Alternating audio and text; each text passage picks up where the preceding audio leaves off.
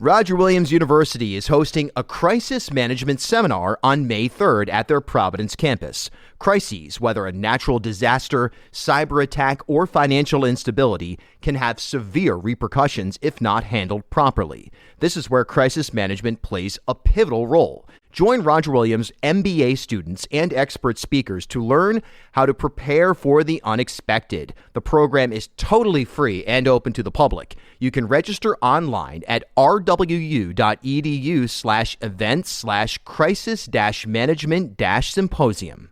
This is the Bartholomew Town Podcast. Well, my name is Myles Dumas. I am the design director at Nail, which, if you don't know, we're kind of like a hybrid type of thing. We're an advertising agency, but we also have a pretty strong design arm. Could be a little bit of a design firm as well. And we're downtown Providence, a block away from Kennedy Plaza. We've been there for like over 20 something years. And, what's really fascinating is you are wearing the swag for Rhode Island FC, and it's a really cool logo. There's a lot of components to it. The color scheme is really amazing as well. I'm a huge fan of like yellows, and anything that's not powder blue and related to Rhode Island is kind of nice. And you designed this, so that's what we're talking about today. And so I'm really excited about that, because anytime design, art, design, media, whatever the case may be, is used as a way to form a cultural identity for an area. And this is a really big challenge, because it's a brand new team. It's a brand new, well, it's not a brand new league. It's a new league to Rhode Island in this iteration anyway. So you have to create something that is at once novel, exciting, engaging, but also something that isn't so far from the average person's ability to process that they're just like, well, I don't even know what that means. It looks cool, but I don't know what it means. And you've kind of done that. So where did the early drafts, the early proofs of concept, how did this process start? Yeah, I mean, I think you summed up a lot there in that question, because I think that was always the challenge from the beginning. We had a really motivated ownership group that came in, lots of different experience working with either USA professional soccer teams or even English teams. And they've been around the block. Like they know how to launch a team. They know how to be successful. And so we were, you're constantly in that battle where do you try to do something totally new and fresh that nobody's expecting, and try to basically build from the ground up this totally new thing and create this totally new aesthetic, totally new colors, totally new vibe for a team? Or do you go, I guess traditional is not the word, but like a little bit more familiar route where you lean into symbolism that exists in that area or colors that people are familiar with, but you remix them in a certain way. So we started this process where we basically did all of that. It's like you almost have to try on a bunch of different things, because one of the big components of this project was also the naming, right? And so you see some people throwing stones and they're like, oh my God, it's been a year and you just came up with Rhode Island FC. Well, yes, technically you are correct, but I think we probably had maybe around 100 names. Mm-hmm. And out of that, maybe 20-ish or so that were considered. And I think where it boiled down to at the end of the day, I mean, depending on the name you pick, you obviously want the visual to marry with that. So once some names were ruled out, there was Crest ruled out. And then when it came down to, I think we want to land Rhode Island FC, we had this idea of remixing a familiar state symbol that was just unanimously liked by all the people at all the listening sessions we did, because we did listening sessions all over the state, all different groups. It was like artists, there was crazy soccer fans, we did some great ones with Spanish speaking audiences. We did, people who just, were from city or more rural. And it was just crazy. The anchor, everybody loved it. But the crazy thing was they all had they imparted different meaning to it. So we had an anchor idea. And when we said, okay, it's Rhode Island FC, how can we merge that? How can we merge those two? And we had some good conversations with the owners. And there was really one meeting in particular where it all kind of gelled. And we needed to figure out a way to like merge this anchor idea with Rhode Island symbolism, with remixed Rhode Island colors. And that's where we ended up. Sometimes the simpler is better when, whatever concept you're engaged with, that's not always true. That's not a universal truth, but sometimes Rhode Island FC, in this case, it's perfect. Why pull something out of left field, come up with a nickname that is, invent a new character or something like that, when what you have right now is instantly identifiable. Number one, it doesn't exist and hasn't existed, which is actually somewhat shocking. And there's room for growth and interpretation in a way that is, it's freeing from a branding perspective as well, because the consumer can then kind of make that into whatever they want it to be to a certain extent.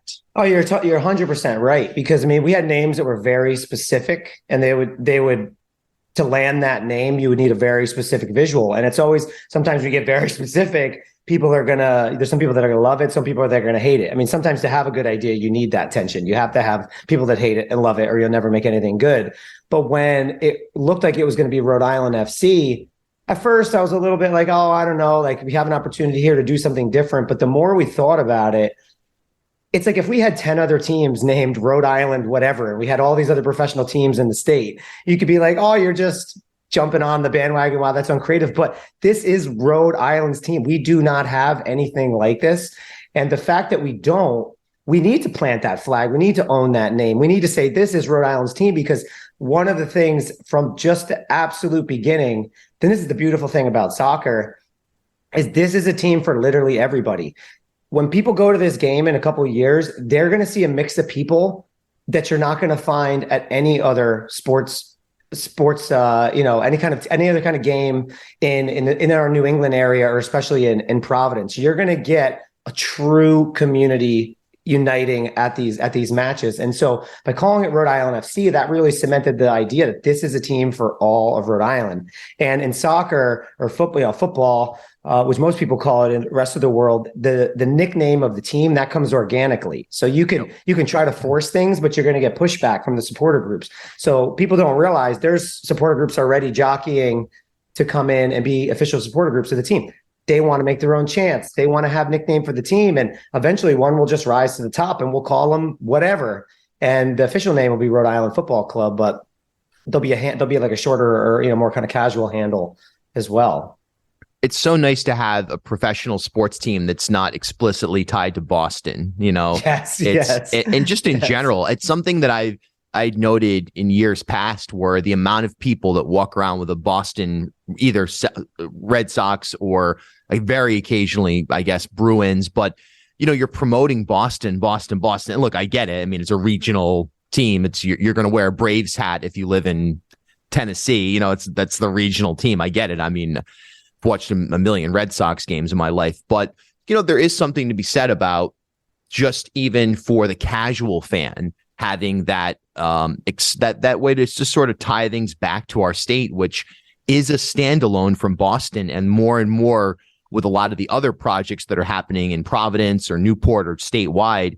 We're trying to, and I think successfully trying to build an identity of our own that is not explicitly tied to another driver and putting us as a secondary market. Yeah, I mean, it's crazy that you say that, because the meeting I was talking about, that really was the meeting that I think that got us over the line of going in the direction where we eventually landed, was exactly that tension that you brought up. Because I think there's a frustration for people here. Well, why don't we have anything to call our own? I mean, like you could argue the Providence Friars or something when they're rolling like that pulls in a lot of people. It's but there's nothing that specifically is inclusive. And the idea that why don't we have a Yankees hat? Like, why don't we have an LA Dodgers hat? Why don't we have a Boston Red Sox hat that eventually transcends the sport? It just becomes regional pride. Yes. And, it's like you'll see somebody walking around with a pink Red Sox hat. It's like they might not even go to the games. They just want a Boston thing. They're like, I'm from this area. I want to rep where I'm from.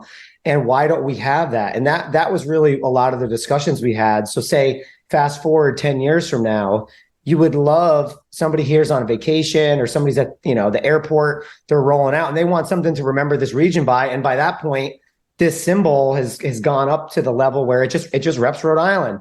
Yeah, it's the soccer team logo. Cool if you're a soccer fan, but if not, it's just a cool badge for our area because it's hard to find those things, and we're lucky enough in Rhode Island to have a symbol. A lot of places don't have a symbol. It goes back to the 1600s. It's crazy. No, it's so true. And that's it. That's exactly it as well. It's not a completely brand new, like we said at the top, not totally out of left field that you introduce. It's not like it's a wind turbine, or something with a soccer ball getting kicked around in the turbine or whatever, which would be interesting, but come on. So the Crest itself, let's talk about what went into the design. So I'm looking at it right now. Most people are going to be listening to this, of course. So it's an R and with the I going through it. It's an interesting font, and the I is the center of the anchor. The bottom of the anchor also has a lightning bolt. So where did this all come from? Yeah, I think we can this will be for all the design nerds out there. Maybe we can get into a little more detail than probably people have seen in some of the videos and everything like that. But yeah, there's a lot. I mean, when you're working with design, just little things like what typeface are we going to use? That's a big deal. So one of the amazing things that happened when we started this project is we actually had time enough early on to do a lot of research. And man, when you scratch the surface of Pawtucket soccer history, it's unreal. And I feel probably 99.9% of people in the area don't actually even know the history. So we went down this rabbit hole and we connected with these historians, these US soccer historians that just opened up this whole world that existed at turn of the century, like late 1800s, early 1900s. It was one of the meccas of soccer in the entire world. Some of the best players in the world, best funded teams. First we had the first African-American professional soccer players. They think maybe 4 or 5 guys in the entire world that were playing at that time. So we did this deep dive into inspiration visually. And so the typography is pulled from like Victorian era type. That's right at that time, like turn of the century. It's a little bit more flourishy. There's a little bit more detail, as like the industrial age was going up and people were getting kind of fancier things in the rise of the mills. And then that was kind of customized and tweaked to have some forward momentum. Another designer I worked with, Meg Descharme, had a real good, some real nice little subtle tweaks to that. Then we had to figure out how do we integrate it with the anchor. So that's hard because the R and I are not symmetrical. So you're like, how the heck, if it was an I and an O or I and an X or whatever. So you got to figure out how you do that where it feels balanced. And then, we had our anchor, and early on we had this, I was calling it a heavy metal anchor, this real energized anchor at the beginning. And that was really important to us. How do we take the anchor, but modernize it and make it cool and had a little aggression, but not go too over the top. And we liked the idea of it was almost electrified. So if anybody's been to a high level soccer match, it's crazy. It's a crazy atmosphere. The players are intense. The fans are intense. So let's bring that energy. And then it's like, how do you merge them all together? And then, and then once we had the basic shape for that monogram and that mark, then it was like, okay, now we got to figure out the crest shape and the colors. So that's like, the crest is a whole different story. That's a merge of basically the front of loosely the front of a bow of a ship and a shield. If you like merge those shapes together, because heraldry and crest shapes is really, really important in the history of soccer. And that was a big deal right there. And then there's little details like the banding on the name that goes back to some of the old teams that were there in the 1900s. There was a team called JP Coates, and they had a big band right across the front, and that was Pawtucket's biggest team at the time. So there's a lot of like little details people probably won't pick up just looking at it first, but when you get the whole story, everything is intentional. There's nothing arbitrary.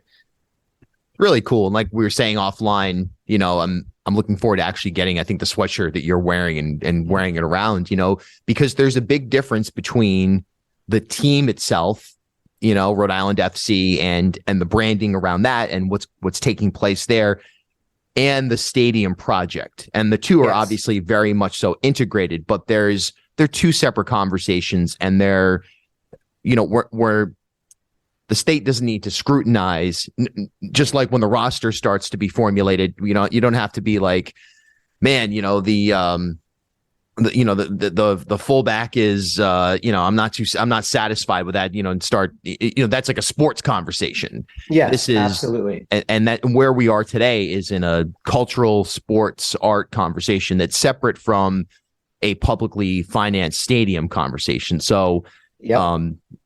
What's it been like for you wearing that around town? Are people asking questions? Well, yeah, we just got them. So it's like, yeah, it's cool. People are definitely, people are curious. It's been funny to see, people's reaction where they might have seen the hat or something, and now they know, now they know what it is. And I think, yeah, it's cool. One of the things we felt really strongly is that we needed to have a color that you could spot somebody, like, across Kennedy Plaza, or like, in the mall or wherever the hell, at the beach, you see somebody wearing this amber color. You can instantly know they're probably a RIFC fan. We wanted to make sure you had that pop color. It's not for everybody. Some people might be like, the navy blue is more my speed. But I think, as people start to get the gear, because really the only people that have it right now were at were the diehards that were at the launch. Yep. And then a lot of people are probably waiting for it to start arriving in the mail, because they're selling out of stuff. I mean, they're sold out of a few different hoodies.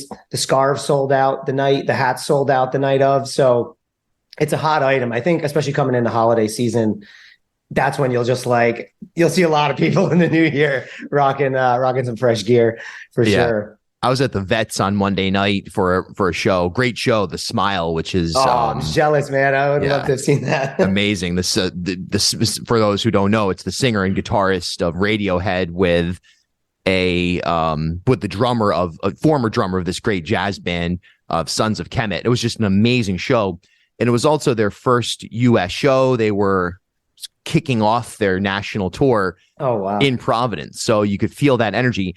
Someone walked in next to me with a Rhode Island FC scarf around their neck, because I was on the aisle seat, and I just went, yeah, and they didn't react, but I was like, this is awesome. You've got Tom. This is a great Rhode Island moment. We've got a new soccer team coming. Someone's wearing the gear. Radiohead essentially is choosing to start their tour and kind of work out the tweaks here at the Vets.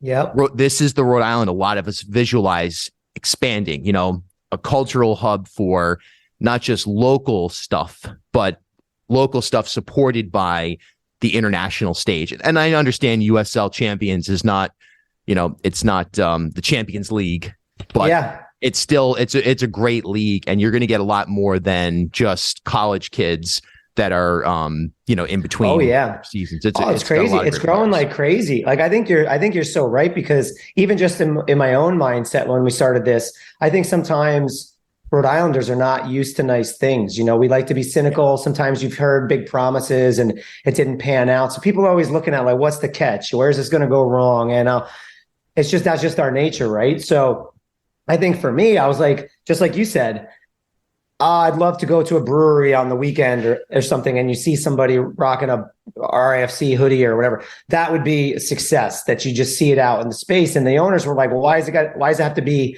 so localized like that? Why couldn't it be bigger? Why couldn't it be just you're seeing people all over the state? Or one of the things people do when they travel, they like to bring some gear from where they're from. And one thing you do see with soccer fans is when they go abroad or they go to other states, on a longer distance thing, not just going up to like Massachusetts, they like to rock their gear and rep where they're from. And I think that is great. It's like the USL is growing like wildfire.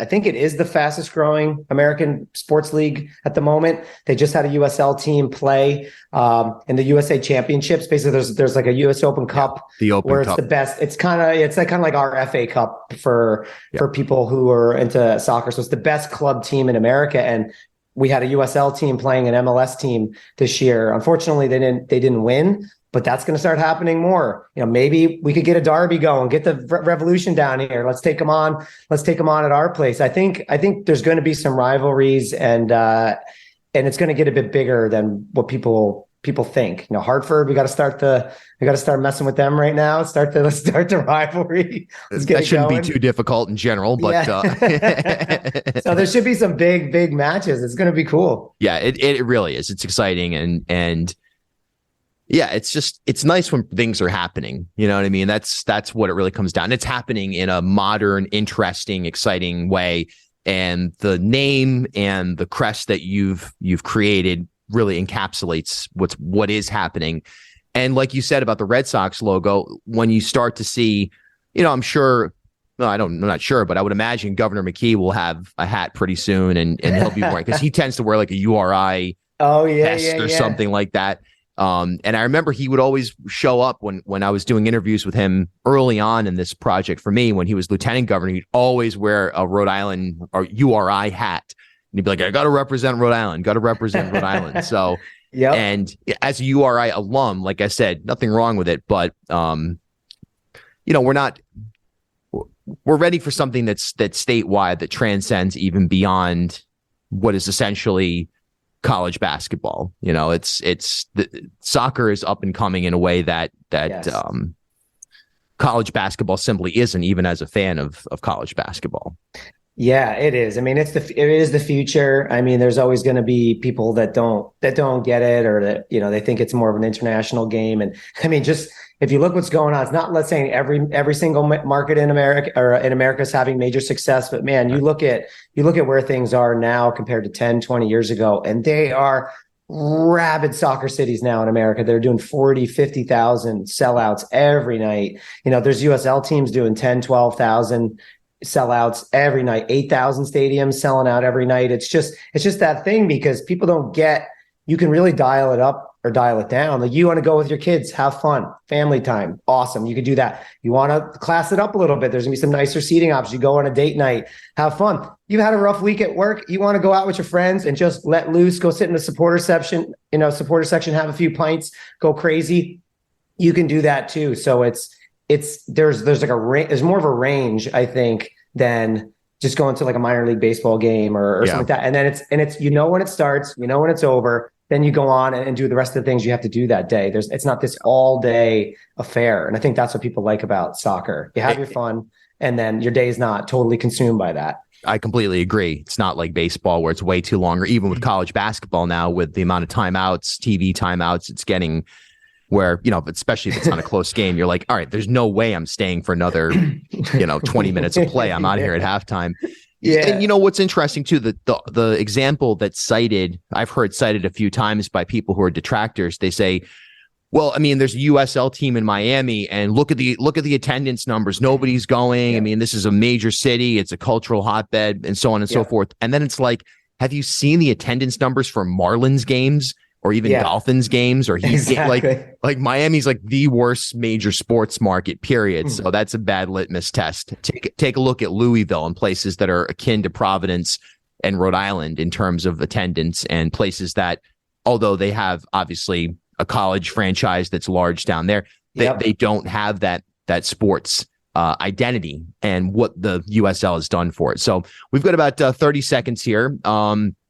Just your thoughts on the legacy here, assuming this project goes as well as I think it will, and the team exists maybe 100 years from now. Yep. Your work is going to be worn by soccer players, little kids, people way past both of our lifetimes. What's that like? Yeah, no, it's huge. It's one of those things I was trying to communicate that to the team when it came in, how potentially big. I mean, you can never predict the future, right? But to me, it's been the highlight of my career so far, being able to work on this. I'm so grateful that the owners, when they said they wanted to work local, they meant it. Sometimes people say that, but you just never know. And they actually really meant it, and they trusted us, and they were great partners. And, we made something that hopefully everybody could be proud of. And who knows, it can get remixed over times. It's simple enough that people can make their own spins. I want to see kids making signs. We already have somebody that got a tattoo. No way. It's one of those commitment. It's one of those things, we'll see how it goes, but I'm really, really, really, really excited. I hope people are as proud of it as we are, and I can't wait to see what the future holds. And hopefully 10 years, 20 years from now, my kids are taking their kids to games, and they're like, Grandpa did that. With the increasing legalization of cannabis across the country, including most recently Rhode Island, the cannabis industry is growing at a rapidly accelerating pace. If you are already in the industry or wondering what is the best path to break into the cannabis field, well, the University of Rhode Island has a program to help educate you in the evolving space. fully accredited by URI's College of Pharmacy, the online certificate program covers topics related to product development, chemical analysis and testing, and patient and customer therapeutics.